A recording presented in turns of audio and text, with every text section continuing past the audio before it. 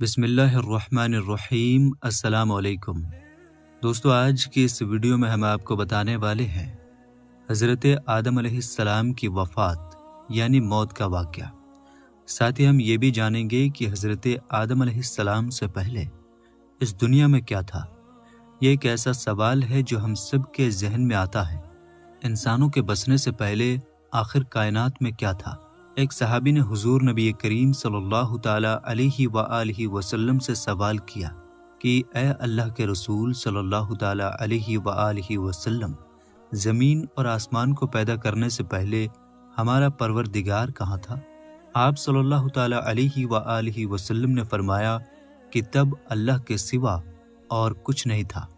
پھر اس نے پانی پر اپنا عرش بنایا جیسے یہ اس کائنات کی شروعات تھی۔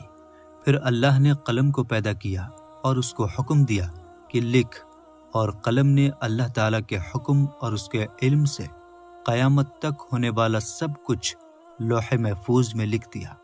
اس کے بعد آسمان اور زمین کی 6 دن میں تخلیق کی گئی، یعنی پیدا کی گئی۔ یمن سے آئے ہوئے ایک راجدوت نے حضور صلی اللہ تعالی علیہ وآلہ وسلم سے کہا کہ ہم آپ سے دین کی سمجھ اور قلم کی شروعات جاننے کے لیے آئے ہیں۔ تو آپ صلی اللہ تعالی علیہ وآلہ وسلم نے فرمایا، جس کا مطلب یہ ہے کہ سب سے پہلے صرف اللہ تھا، اس کا عرش پانی پر تھا۔ پھر اس نے قلم کو پیدا کیا اور اس قلم نے لوح محفوظ پر قیامت تک ہونے والے تمام واقعات لکھ دیے۔ پھر آسمان اور زمین کو پیدا کیا گیا۔ اس کی جو ترتیب یعنی طریقہ ہمیں روایات سے پتہ چلتا ہے وہ کچھ یوں ہے کہ اللہ تعالیٰ نے ہفتے کے دن مٹی یعنی زمین کو پیدا کیا۔ جب اللہ نے زمین بنائی تو وہ کانپنے لگی۔ پھر اللہ نے اتوار کو اس میں پہاڑ بنایا زمین کو سہارا دینے کے لیے، ایسے جیسے اس میں کیل ٹھوک دیے۔ اس سے زمین ٹھہر گئی۔ پیر کے دن اس میں درخت اگائے۔ منگل کے دن تکلیف، مصیبتیں، جراثیم یعنی کیٹاڑو اور بیماریاں بنائی۔ بدھ کے دن نور کو پیدا فرمایا۔ جمعرات کو زمین میں چوپائے یعنی 4 پیروں والے جانور بنائے اور انہیں زمین پر پھیلا دیا۔ اور پھر جمعے کے دن کی آخری گھڑیوں میں یعنی عصر کے بعد آدم علیہ السلام کو پیدا فرمایا۔ جیسے اللہ تعالیٰ نے انسان کی پیدائش سے پہلے اس کی سکھ سویدھاؤں کے لیے زمین اور اس پر ضروریات کی تمام چیزیں پیدا فرما دی تھی، یعنی مخلوق کی شروعات میں آخری نمبر پر انسان کو پیدا کیا گیا۔ اور نسل انسانی میں سب سے پہلی تخلیق حضرت آدم علیہ السلام کی تھی۔ وہ تمام انسانوں کے باپ ہیں۔ انسانوں کی پیدائش سے پہلے فرشتوں اور جنوں کی تخلیق بھی ہو چکی تھی۔ فرشتے اللہ تعالیٰ کی وہ مخلوق ہیں جن کا اصل ٹھکانہ آسمان ہے، اور وہ زمین والوں کے لیے استغفار کرتے ہیں۔ فرشتوں کو نور سے پیدا کیا گیا، جبکہ جنوں کی پیدائش آگ سے کی گئی، اور انسانوں کی تخلیق مٹی سے ہوئی۔ ابلیس جو کہ شیطان تھا وہ بھی فرشتوں میں سے نہیں بلکہ جنوں میں سے تھا، اور اس کی تخلیق بھی آگ سے کی گئی۔ کچھ روایات سے پتہ چلتا ہے کہ آدم علیہ السلام سے 2000 سال پہلے جنات پیدا کیے گئے، اور جب وہ فتنہ فساد میں حد سے آگے بڑھ گئے تو اللہ تعالیٰ نے ان کی طرف فرشتوں کا ایک لشکر بھیجا۔ ان میں خوب لڑائی جھگڑے ہوئے، اور اس میں فرشتوں نے جنوں کو تہس نہس کر دیا، اور وہ سمندروں کی ٹاپوؤں میں پناہ لینے پر مجبور ہو گئے، اور آج تک ان کے رہنے کی جگہ یہی ٹاپو ہیں۔ ابلیس یعنی شیطان جو کہ جنات کا سردار ہے، اس کا ایک تخت ہے، اور وہ تخت پانی پر ہے۔ ابلیس کا اصل نام عزازیل تھا، اور اس کی نافرمانی کے بعد اسے ابلیس کا نام دیا گیا۔ ابلیس کا وہ تخت حقیقت میں کس جگہ پر ہے یہ ہم نہیں جانتے۔ خیر، جب اللہ تعالیٰ نے زمین کو انسانوں کے ذریعے سے آباد کرنا چاہا تو انسان کی تخلیق فرمائی، کیونکہ جنوں میں انسانوں جتنی عقل اور سمجھ نہیں تھی۔ کہا جاتا ہے کہ جنوں میں سب سے زیادہ علم رکھنے والا جن انسانوں میں سے ایک 10 سال کے بچے کے برابر عقل رکھتا ہے۔ اللہ نے انسان کی تخلیق کر کے اس میں روح پھونکی۔ پھر اللہ نے فرشتوں سے فرمایا کہ میں زمین پر اپنا نائب بنانے والا ہوں۔ فرشتوں نے اللہ سے پوچھا کہ ایسی مخلوق کو کیوں پیدا کرتا ہے جو زمین پر فساد کرے اور خون بہائے، اور ہم ہر وقت تیری تعریف اور پاکیزگی بیان کرتے ہیں، جس پر اللہ تعالیٰ نے فرمایا کہ جو کچھ میں جانتا ہوں وہ تم نہیں جانتے۔ فرشتوں کے اس سوال کے دو مقصد تھے۔ پہلا یہ کہ کیا یہ بھی جنوں کی طرح زمین پر فساد کریں گے، اور دوسرا یہ کہ ہم سے تیری عبادت میں کوئی کوتاہی ہوئی ہے۔ بہرحال جب اللہ تعالیٰ نے حضرت آدم علیہ السلام کو پیدا کیا تو زمین سے مٹی لانے کا حکم دیا۔ پھر اللہ کے پاس اس کے حکم کے مطابق مٹی لائی گئی۔ وہ مٹی اللہ تعالیٰ نے پوری زمین سے اٹھوائی تھی۔ یہی وجہ ہے کہ حضرت آدم علیہ السلام کی اولاد زمین کے رنگ کے مطابق ہی ظاہر ہوئی، کچھ لال، کچھ سفید، کچھ کالے اور کچھ اس کے بیچ۔ اس مٹی کو پانی سے بھگویا گیا تو یہ تین بن گئی۔ قرآن مجید میں کچھ جگہوں پر انسان کی تخلیق کے لیے تراب کا لفظ آیا ہے، یعنی کہ سوکھی مٹی، اور کچھ بار تین کا لفظ آیا ہے جو کہ بھیگی ہوئی یا تر مٹی کو کہتے ہیں۔ جب پانی کو مٹی سے بھگویا گیا تو وہ لیسدار ہونا شروع ہو گئی۔ پھر اللہ تعالیٰ نے خود اپنے دست مبارک سے اس مٹی سے انسان کا ڈھانچہ تیار فرمایا۔ اللہ تعالیٰ نے انسان کی تخلیق فرشتوں کے سپرد نہیں کی، بلکہ انسان کو خود ایک مورتی کی صورت میں ڈھالا۔ اس کے بعد ایک خاص وقت تک اس کو چھوڑے رکھا، یہاں تک کہ وہ گیلی مٹی سوکھ گئی اور اس کا رنگ کالا ہو گیا اور اس میں سے بدبو آنے لگی۔ پھر وہ سوکھ کر کے کھنکھناتی مٹی بن گئی اور آخر میں آگ پر پکی ہوئی مٹی کی صورت میں اختیار کر لی، یعنی آگ میں پکی ہوئی مٹی جیسی بن گئی، جسے قرآن پاک میں فخار کہا گیا ہے۔ اس مٹی کے لیے اور بھی کچھ الفاظ قرآن مجید میں ملتے ہیں، جیسے ہمایون یعنی کالی مٹی، مسنون یعنی بدبودار مٹی، سلسال یعنی کھنکھنا کر بولنے والی مٹی۔ تخلیق آدم اللہ کا ایک کرشمہ ہے۔ انسانوں کو ایک بہترین شکل عطا کی گئی۔ اس وقت انسان کا قد بہت لمبا تھا اور ان کے بعد آنے والے لوگوں کے قد گھٹتے چلے گئے۔ انسانوں میں سب سے لمبا قد حضرت آدم علیہ السلام کا تھا۔ ایک روایات میں حضرت آدم علیہ السلام کا قد 60 ہاتھ بیان کیا گیا ہے۔ بہرحال جب اللہ تعالیٰ نے انسان کا ڈھانچہ بنا کر اسے سوکھنے کے لیے ایک خاص وقت تک چھوڑے رکھا تو ابلیس یعنی شیطان اس کے ارد گرد چکر کاٹنے لگا۔ وہ اس ڈھانچے کو بجا کر دیکھتے تو اس میں سے ایسی آواز آتی جیسے خالی مٹی کے مٹکے سے آتی ہے، اور اس نے دیکھا کہ یہ ڈھانچہ پیٹ والا ہے تو وہ سمجھ گیا کہ یہ مخلوق اپنے آپ پر قابو نہیں رکھ پائے گی۔ حضرت آدم علیہ السلام میں روح ڈالنے سے پہلے فرشتوں کا گزر اس ڈھانچے کے پاس سے ہوا تو وہ گھبرا گئے، اور ابلیس بھی ڈھانچے کے آس پاس سے گزرتا تو ٹھوکر مار کر کہتا کہ تجھے کسی خاص مقصد کے لیے پیدا کیا گیا ہے۔ یہ کہہ کر وہ اس کے منہ کے راستے اس میں داخل ہو جاتا اور کمر کے راستے باہر آ جاتا، اور پھر اس نے فرشتوں سے کہا کہ اس سے گھبرانے کی کوئی ضرورت نہیں ہے۔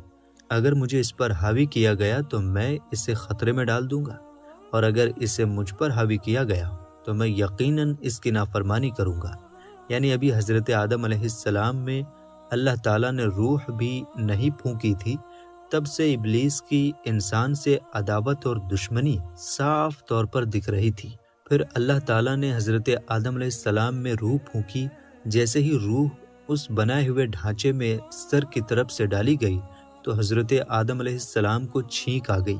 حضرت آدم علیہ السلام سے کہا کہ الحمدللہ کہیے۔ انہوں نے کہہ دیا اللہ تعالیٰ کی اس تعریف کے جواب میں۔ اللہ تعالیٰ نے فرمایا کہ تجھ پر تیرا رب رحم فرمائے۔ جب روح ان کی آنکھوں میں داخل ہوئی اور ان کی آنکھوں نے جنت کے پھلوں کو دیکھا تو غور و فکر کرنے لگے۔ پھر روح پیٹ میں داخل ہوئی تو کھانے کی ضرورت محسوس ہوئی، یعنی روح ابھی ٹانگوں تک نہیں پہنچی تھی اور کھانے کی خواہش محسوس ہونے لگی۔ جب حضرت آدم علیہ السلام میں روح پھونک دی گئی تو اللہ تعالیٰ نے ان کی پشت یعنی پیٹھ مبارک پر ہاتھ پھیرا، جس سے قیامت تک آنے والے تمام انسان باہر آ گئے۔ حضرت آدم علیہ السلام کی تمام اولاد ان کے سامنے ظاہر ہو گئی۔ یہ بات قرآن اور احادیث سے بھی ثابت ہے۔ پھر اللہ نے اولاد آدم سے انہی کے بارے میں اقرار لیا کہ کیا میں تمہارا رب نہیں؟ تو تمام انسانوں نے جواب دیا کہ ہم اقرار کرتے ہیں کہ تو ہی ہمارا رب ہے۔ اللہ تعالیٰ نے حضرت آدم علیہ السلام میں روح پھونک کر فرشتوں اور جنوں سے انسان کو سجدہ کرنے کا حکم دیا۔ ابلیس کے علاوہ سب نے حضرت آدم علیہ السلام کو سجدہ کیا۔ اللہ تعالیٰ نے ابلیس سے پوچھا کہ تجھے کس چیز نے سجدے سے روک دیا؟ تو اس نے جواب دیا کہ تو نے مجھے آگ سے پیدا کیا ہے اور اسے مٹی سے، جبکہ میں اس سے بہتر ہوں۔ اللہ تعالیٰ نے اس کی گھمنڈ پر اسے سزا دیتے ہوئے فرمایا، اس جنت سے اتر جا، تجھے کوئی حق نہیں کہ تو جنت میں رہ کر تکبر کرے۔ ابلیس نے جواب میں کہا، مجھے قیامت تک مہلت دے، یعنی کہ اتنی لمبی عمر دے کہ قیامت تک مجھے موت نہ آئے، جبکہ تمام انسانوں کو دوبارہ زندہ کیا جائے گا۔ اللہ تعالیٰ نے فرمایا کہ تجھے ایک فکس ٹائم تک مہلت دے دی گئی۔ پھر ابلیس نے کہا کہ میں قسم کھاتا ہوں کہ میں انسانوں کی گمراہی کے لیے تیرے سیدھے راستے پر بیٹھ جاؤں گا، پھر میں ان کے آگے سے، پیچھے سے، دائیں سے اور بائیں سے ان کے پاس آؤں گا، اور تو انہیں شکر گزار ہرگز نہیں پائے گا سوائے ان کے جو تیرے سچے بندے ہوں گے، اور وہ میرے بہکاوے میں نہیں آئیں گے۔ اللہ نے اسے ذلیل و خوار کر کے وہاں سے نکال دیا اور فرمایا کہ ان میں سے جو شخص بھی تیرا حکم مانے گا، میں ایسے تمام لوگوں سے جہنم کو بھر دوں گا، اور میرے بندوں پر تیرا کوئی ادھیکار نہیں ہوگا۔ اس طرح سے صاف ہوا کہ سب سے پہلا گناہ تکبر تھا۔ اس لیے علماء کرام کے مطابق تمام گناہوں کی جڑ تکبر یعنی گھمنڈ ہے۔ اللہ نے حضرت آدم علیہ السلام کو جاہل نہیں بلکہ علم والا پیدا کیا تھا۔ جب اللہ نے حضرت آدم علیہ السلام میں پوری روح ڈال دی تو وہ اپنے پیروں پر کھڑے ہو گئے، تو اللہ نے انہیں حکم دیا کہ جاؤ فرشتوں کی جماعت کو السلام علیکم کہو۔ حضرت آدم علیہ السلام کے سلام کے جواب میں انہوں نے وعلیکم السلام ورحمۃ اللہ کہا۔ اللہ تعالیٰ نے فرمایا کہ یہ تیرا اور تیری اولاد کا آپس میں ایک دوسرے کو تحفہ اور ہدیہ ہے۔ اللہ تعالیٰ نے حضرت آدم علیہ السلام کو شروع ہی میں سبھی نام سکھا دیے۔ وہ اللہ تعالیٰ کے حکم سے آسمان اور زمین کی ہر چیز کا نام اور ان کا استعمال جانتے تھے۔ اللہ تعالیٰ نے ان تمام چیزوں کا نام جب فرشتوں سے پوچھا تو وہ ان چیزوں کے نام نہیں جانتے تھے۔ پھر حضرت آدم علیہ السلام نے ان تمام چیزوں کے نام بتائے۔ تب اللہ تعالیٰ نے فرشتوں سے فرمایا کہ کیا میں نے تمہیں نہیں کہا تھا کہ میں وہ جانتا ہوں جو تم نہیں جانتے؟ پھر ایک روز جب حضرت آدم علیہ السلام سو رہے تھے تو اللہ تعالیٰ نے ان کی بائیں پسلی سے حضرت حوا علیہ السلام کو پیدا فرمایا اور انہیں حضرت آدم علیہ السلام کا ہم سفر بنایا۔ جب حضرت آدم علیہ السلام بیدار ہوئے تو انہوں نے حضرت حوا علیہ السلام کو پاس بیٹھے دیکھا۔ انہوں نے پوچھا کہ تم کون ہو؟ انہوں نے جواب دیا کہ میں عورت ہوں۔ حضرت حوا علیہ السلام قیامت تک آنے والی تمام عورتوں میں سب سے زیادہ خوبصورت تھیں۔ حضرت آدم اور حضرت حوا علیہ السلام دونوں جنت میں رہتے تھے۔ انہیں نور کا لباس پہنایا گیا۔ جب ابلیس نے انہیں گمراہ کرنا شروع کر دیا اور اللہ تعالیٰ نے جس درخت کے پاس جانے سے انہیں منع کیا تھا، شیطان نے انہیں وہی کھانے پر مجبور کر دیا اور اس پر جھوٹی قسمیں بھی کھائیں۔ انہوں نے اس درخت سے کھا لیا اور اللہ تعالیٰ کے نافرمانی کے ذمہ دار بھی ہوئے۔ اللہ تعالیٰ نے ان سے نور کا وہ لباس لے لیا اور وہ برہنہ ہو گئے۔ وہ اس درخت کے پتوں سے اپنے آپ کو ڈھانپنے لگے، لیکن اس گناہ کے بعد غرور اور تکبر کی جگہ وہ اللہ تعالیٰ سے معافی مانگنے لگے اور اس کی مغفرت کے طلبگار ہوئے۔ اس سے یہ بتایا گیا کہ خطا انسان کی فطرت کا حصہ ہے، کیونکہ وہ فرشتوں کی طرح معصوم نہیں ہے۔ پھر اللہ تعالیٰ نے انہیں جنت سے نکل جانے کا حکم دیا اور فرمایا کہ تمام زمین پر رہو اور تم ایک دوسرے کے دشمن ہوگے۔ پھر وہ دونوں زمین پر اترے اور انہی کے ساتھ ابلیس بھی زمین پر اترا۔ حضرت آدم علیہ السلام اور حضرت حوا علیہ السلام نے اپنے رب سے معافی کے کلمات سیکھے۔ ایک روایات کے مطابق حضرت آدم علیہ السلام کو ہند میں جبکہ حضرت حوا علیہ السلام کو جدہ میں اتارا گیا۔ پھر وہ ایک دوسرے کو ڈھونڈنے لگے اور آخرکار میدان عرفات میں ان کی ملاقات ہوئی۔ حضرت حوا علیہ السلام نے 20 ولادتوں میں 40 بچوں کو جنم دیا۔ ہر ولادت میں ایک لڑکا اور ایک لڑکی پیدا ہوتی تھی۔ سب سے پہلے جوڑا قابیل اور ان کی بہن کمین کا تھا۔ اس طرح زمین پر نسل انسانی کی بڑھوتری شروع ہو گئی۔ حضرت عبداللہ بن عباس رضی اللہ تعالیٰ عنہ نے ارشاد فرمایا، بے شک اللہ پاک نے حضرت آدم کو جمعے کے دن عصر کے بعد پیدا فرمایا اور آپ کو ظاہری زمین کی ایک مٹھی مٹی سے پیدا فرمایا، اس لیے آپ کو آدم کہتے ہیں، اور آپ کی اولاد کو آدمی یعنی آدم والا کہتے ہیں۔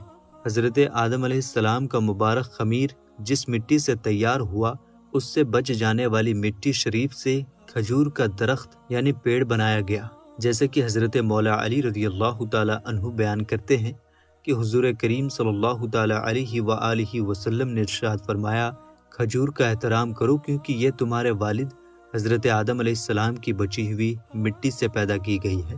اللہ پاک نے حضرت آدم علیہ السلام کو بغیر ماں باپ کے مٹی سے پیدا فرمایا۔ اللہ پاک نے حضرت آدم علیہ السلام سے حضرت بی بی حوا کو پیدا فرمایا۔ حضرت آدم علیہ السلام نے ان کی طرف دست محبت بڑھانے کا ارادہ کیا تو فرشتوں نے عرض کی، اے آدم ٹھہر جائیں، پہلے ان کا مہر ادا کریں۔ آپ علیہ السلام نے فرمایا، ان کا مہر کیا ہے؟ فرشتے نے عرض کی، ان کا مہر یہ ہے کہ آپ ہمارے سردار محمد مصطفیٰ صلی اللہ تعالیٰ علیہ وآلہ وسلم پر 3 یا 10 مرتبہ درود پاک پڑھیں۔ چنانچہ آپ علیہ السلام نے درود پاک پڑھا اور فرشتوں کی گواہی سے آپ کا حضرت بی بی حوا علیہ السلام سے نکاح ہو گیا۔ اس سے معلوم ہوا کہ نبی پاک صلی اللہ تعالیٰ علیہ وآلہ وسلم پر موجود چیز کے لیے وسیلہ ہے، یہاں تک کہ اپنے والد حضرت آدم علیہ السلام کا بھی وسیلہ ہے۔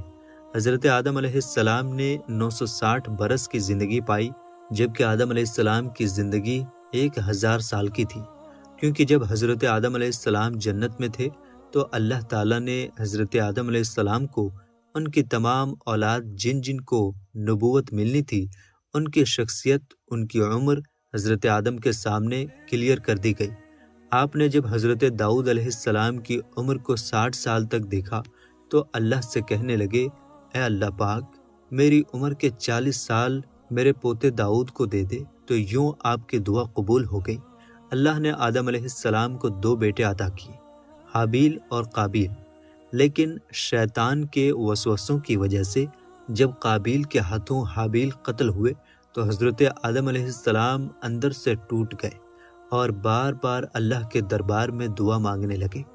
ایک دن حضرت جبریل علیہ السلام حضرت آدم علیہ السلام کے پاس آئے اور فرمایا، اے آدم علیہ السلام، اللہ تمہیں ایسا بیٹا دینے والا ہے جس کے نسب سے انبیاء اور اولیاء زمین تک پہنچیں گے، ان کا نام شیس رکھنا۔ شیس کا مطلب ہے کہ اللہ تعالیٰ کا عطا کیا ہوا تحفہ، اور یوں اللہ تعالیٰ نے آدم کی نسل کو زمین پر بھیجا۔ جب حضرت آدم علیہ السلام کا آخری وقت آیا تو آپ نے اپنے بیٹوں سے کہا کہ میرا دل کرتا ہے کہ میں جنت کا پھل کھاؤں۔ آپ کے بیٹے زمین پر جنت کے پھل ڈھونڈنے لگے۔ اچانک سے ان کو فرشتے ملے اور کہنے لگے، اے بنی آدم کہاں جا رہے ہو؟ انہوں نے کہا، ہم اپنے بابا کے لیے جنت کا پھل ڈھونڈنے جا رہے ہیں۔ ان فرشتوں نے کہا، جاؤ، تمہارے باپ چند دنوں کے مہمان ہیں۔ تمام بیٹے دوڑتے ہوئے آپ کے پاس پہنچے۔ آپ بستر بیماری پر اللہ کا ذکر فرما رہے تھے، بس اتنے میں موت کا فرشتہ آن پہنچا۔ جیسے ہی حضرت حوا علیہ السلام نے موت کا فرشتہ دیکھا تو حضرت آدم سے لپٹ گئی۔